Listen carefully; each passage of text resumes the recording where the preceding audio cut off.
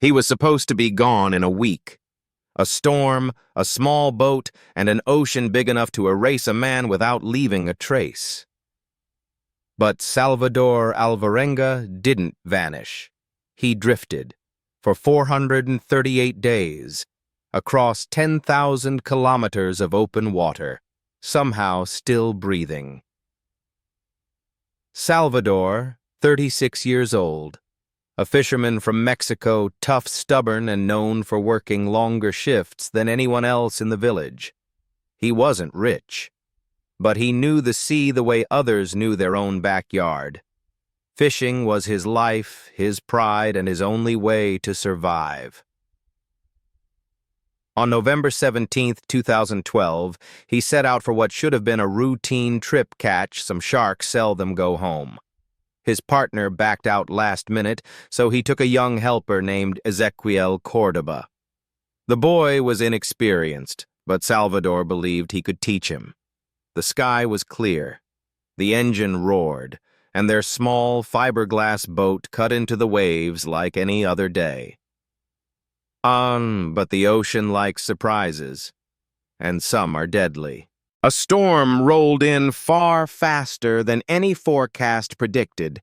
Walls of water rose around them like mountains. The wind screamed, the engine stalled, their radio died, their GPS flickered and went black. In a matter of minutes, they were swallowed by a storm so violent it seemed alive. They tied themselves to the boat to avoid being thrown overboard. Waves crashed over them. Salt water filled their eyes, their mouth, their lungs. The small boat spun helplessly in the dark. All they could do was hold on and pray. When morning came, the storm was gone. But so was everything else. No shore, no landmarks, no engine, no food, no water. Just two men, a damaged boat, and millions of square kilometers of empty blue. In the first days, they tried to catch fish with their hands. Birds landed on the boat, and Salvador grabbed them instinctively. They drank turtle blood when dehydration clawed at their brains. Their bodies weakened, but their minds fought to stay alert. Shit. The heat was merciless.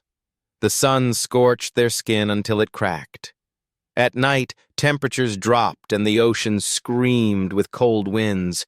Saltwater sores spread across their bodies. Hunger hollowed their faces. Their stomachs shrank. Their muscles wasted.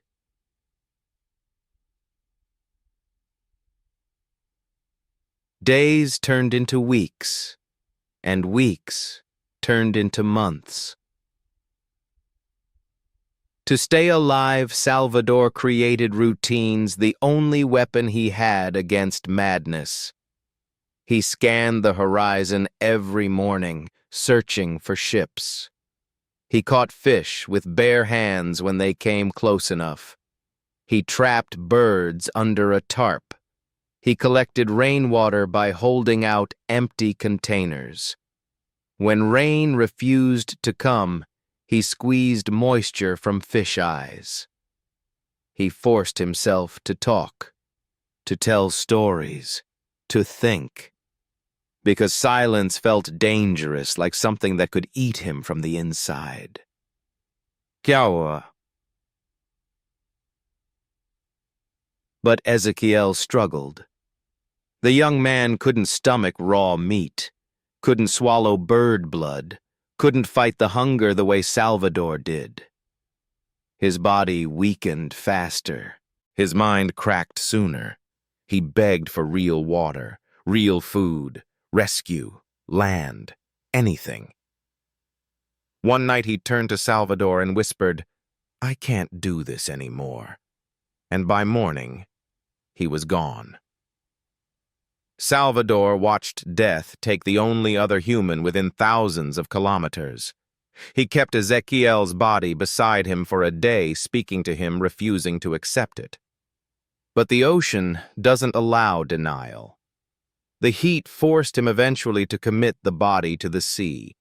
And when Ezekiel slipped beneath the waves, Salvador felt something inside him break. Now he was alone, truly alone. Loneliness is its own form of drowning. Days blurred, nights dragged, time stopped having meaning. The moon became his only companion. His hallucinations became too clear, too human. Sometimes he swore someone was calling his name. Sometimes he dreamed of stepping back onto real ground, only to wake with his nails dug into the boat's hull. But even then, he refused to die. The Pacific currents carried him like a lost leaf. Storms battered him.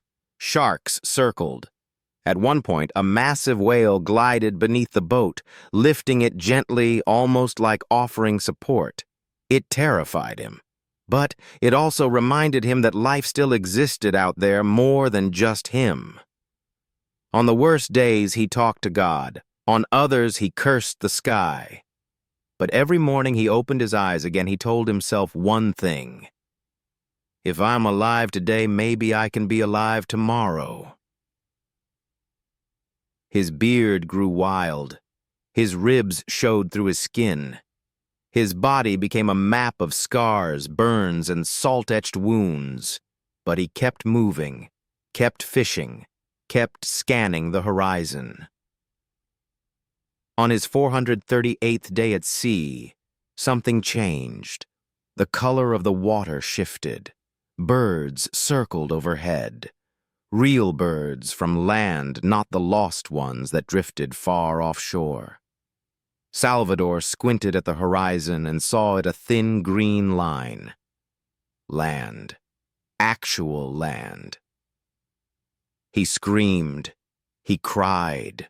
He paddled with his hands, his arms, his legs, whatever he could move. The boat drifted toward a reef. It crashed, flipped, and threw him into the shallow water. His legs collapsed beneath him after more than a year without walking. But he crawled, inch by inch, until his fingers touched sand. Real sand. The Marshall Islands spotted him and rushed to help. They thought he was a ghost, a dead man walking. But he wasn't. He had crossed almost 10,000 kilometers of ocean in a tiny boat, and lived. When rescuers carried him into a hut, he trembled with shock. Someone gave him water. Someone wrapped him in a blanket. And Salvador, after 438 days of survival, whispered the first clear words he had spoken to another human in over a year.